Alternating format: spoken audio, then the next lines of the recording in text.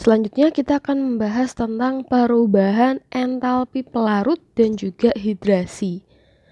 Kita bahas satu persatu. Jadi yang pertama ada perubahan entalpi pelarutan. Apa sih perubahan entalpi pada pelarutan? Jadi intinya adalah perubahan entalpi disimbolkan oleh delta H yang terjadi ketika 1 mol zat itu melarut dalam suatu larutan, di mana umumnya adalah air dan pada keadaan standar. Nah, jika misalkan tidak dalam kondisi standar, maka kita simbolkan dengan delta H Sol dengan satuan kilojoule per mol. Contohnya, NaOH itu ketika diuraikan menjadi Na+ dan juga OH- dengan entalpi itu min 204 kJ per mol. Nah, di sini kan delta H-nya negatif ya. Ada dua ketentuan. Delta H negatif itu artinya adalah zatnya tidak larut atau kelarutannya rendah. Dan kalau dia negatif, tadi kalau positif ya. Kalau negatif, zatnya itu dikatakan larut atau sangat larut. Itulah pengertian untuk perubahan entalpi pelarutan. Sekarang kita akan bahas tentang perubahan entalpi hidrasi. Yang pertama, pengertiannya adalah perubahan entalpi 1 mol ion fase gas yang dapat melarut sempurna di dalam air. Simbolnya adalah delta H heat. Nah, jadi kalau yang entalpi hidrasi itu fasenya gas ya. Contoh, misalkan delta H heat Na+ dalam bentuk gas itu adalah min 406 kJ per mol. Untuk mengubah 1 mol Na+ gas menjadi Na+ Aki pada kondisi standar yaitu pada suhu 25 derajat dan tekanan 1 atm itu melepas kalor 406 kJ. Maksudnya adalah seperti itu. Jadi nanti kalau kita menuliskan ulang reaksinya itu menjadi Na+ gas menjadi Na+ Aki, delta H-nya min 406 kJ. Kemudian untuk perubahan entalpi hidrasi itu termasuk ke dalam reaksi eksoterm. Kemudian dia akan bernilai negatif, artinya ion berukuran kecil dan memiliki muatan 2 atau 3. Jadi dia akan bernilai negatif ketika ionnya berukuran kecil dan memiliki muatan 2 atau 3. Untuk perubahan entalpi hidrasi sendiri, itu bergantung pada kemampuan ion untuk menarik molekul air. Kemudian, ion kecil yang bermuatan paling tinggi akan memiliki delta H heat yang paling negatif. Itu adalah konsep-konsep yang perlu kalian ketahui. Selanjutnya kita akan membahas tentang konsep dari entropi. Secara pengertian, entropi itu adalah ukuran banyaknya energi atau kalor yang tidak dapat diubah menjadi usaha.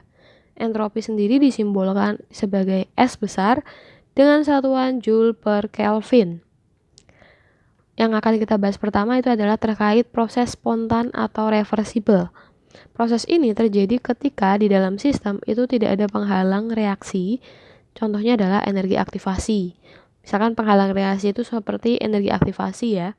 Kemudian, proses spontan itu terjadi ketika energi potensial sistem itu berkurang.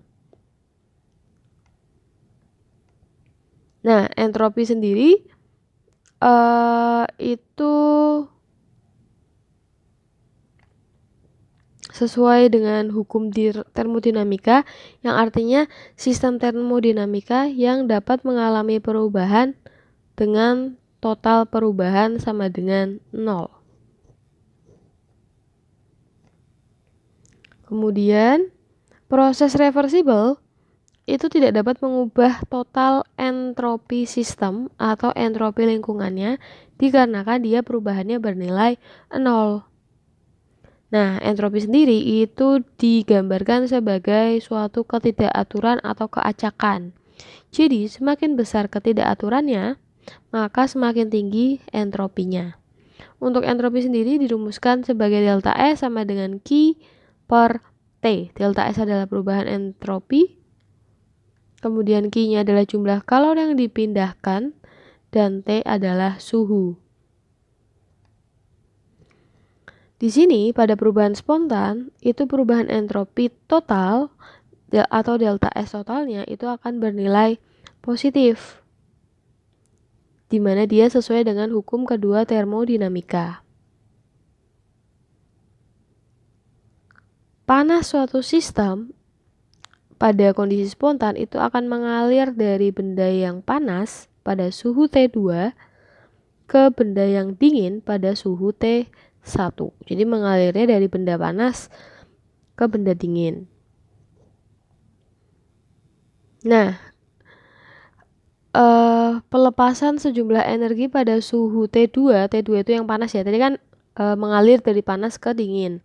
Jadi terjadi pelepasan pada suhu T2 itu disertai dengan penurunan entropi, kita simbolkan sebagai min Q per T2, dan penambahan energi yang dilepaskan ke benda yang dingin pada suhu T2. Jadi terdapat penurunan entropi, kemudian ini terdapat, tadi kan pelepasan sejumlah energi ya. Nah, kemudian terdapat penambahan energi yang dilepaskan ke benda dingin pada suhu T2 disertai dengan peningkatan entropinya sebesar Q per T1. Sehingga perubahan entropi totalnya itu adalah seperti ini. Dia akan bernilai positif ketika T2-nya lebih tinggi daripada T1, di mana kalor yang mengalir itu akan spontan dari benda panas ke dingin. Sedangkan kalau T2-nya sama dengan T1, itu sistemnya berada pada kesetimbangan, kemudian perpindahan panas berlangsung secara lambat sehingga nantinya tidak ada kerja yang diperoleh.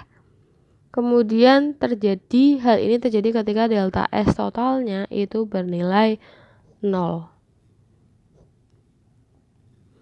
Kemudian kita juga akan bahas tentang nilai entropi. Nilai entropi ini akan memiliki tren, di mana yang pertama adalah dia akan naik sesuai dengan ketika AR-nya meningkat.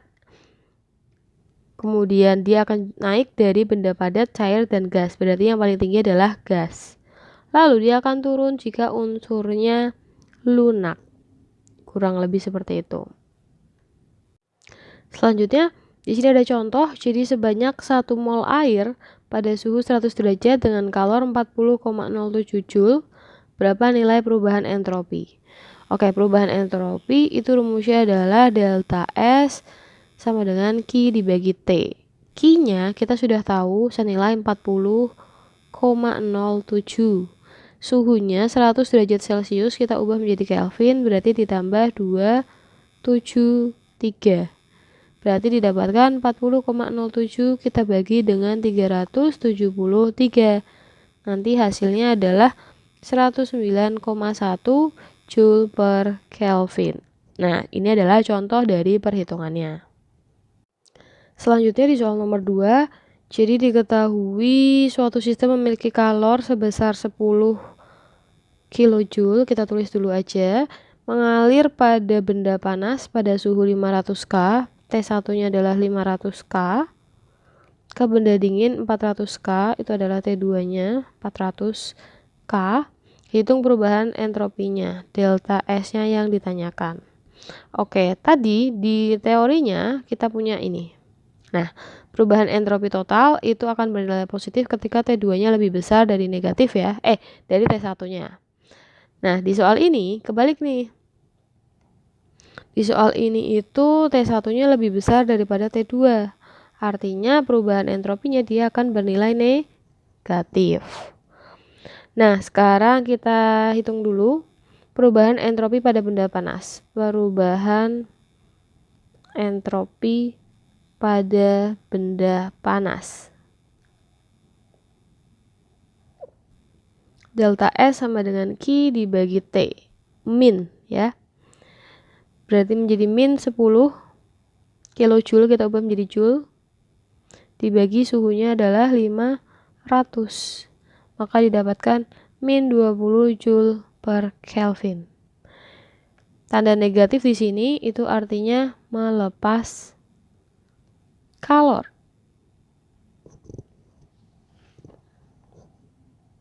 Kemudian yang kedua, perubahan entropi pada benda dingin, yaitu delta S sama dengan Q dibagi T. Kenapa yang satu ada negatif yang satu enggak? Itu sesuai dengan teori yang ini. Nah ini. Jadi dia akan melepaskan sejumlah energi, terjadi penurunan entropi, makanya dia negatif. Kemudian yang satunya lagi itu terdapat penambahan energi, jadi entropinya terjadi peningkatan. Jadi dia positif. Makanya yang kedua, dia itu bernilai positif.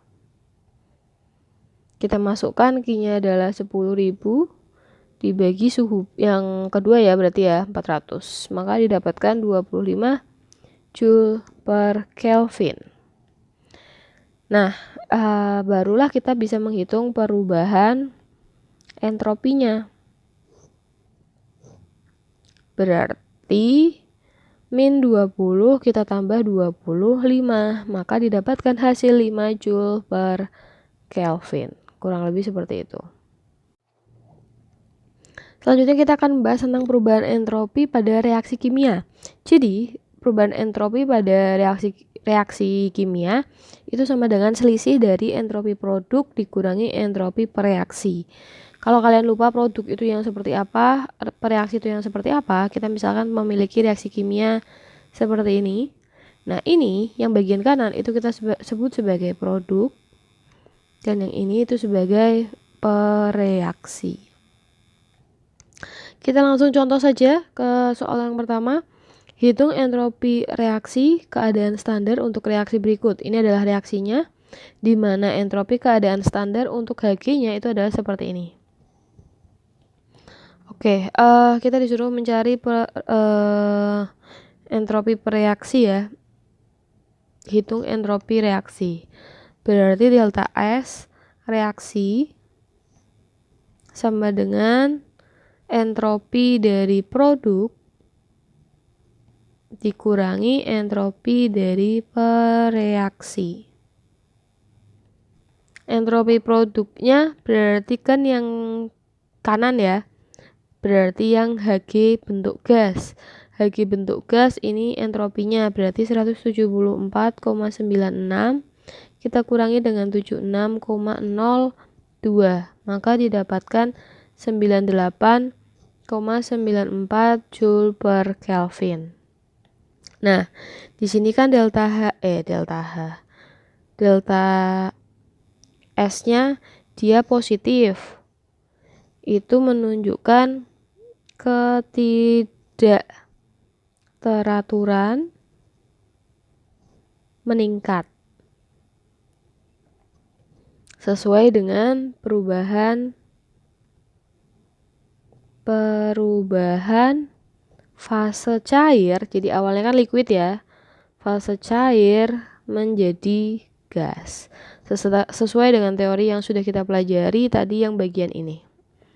Nah ini nilai entropi dia memiliki trennya yaitu dia naik dari benda padat menjadi gas. Padat dulu cair, padat sama cair tinggian cair ke gas tinggian gas. Nah sesuai ini. Kemudian ya. Tadi juga ada ketidakteraturan di mana ya? Sebentar.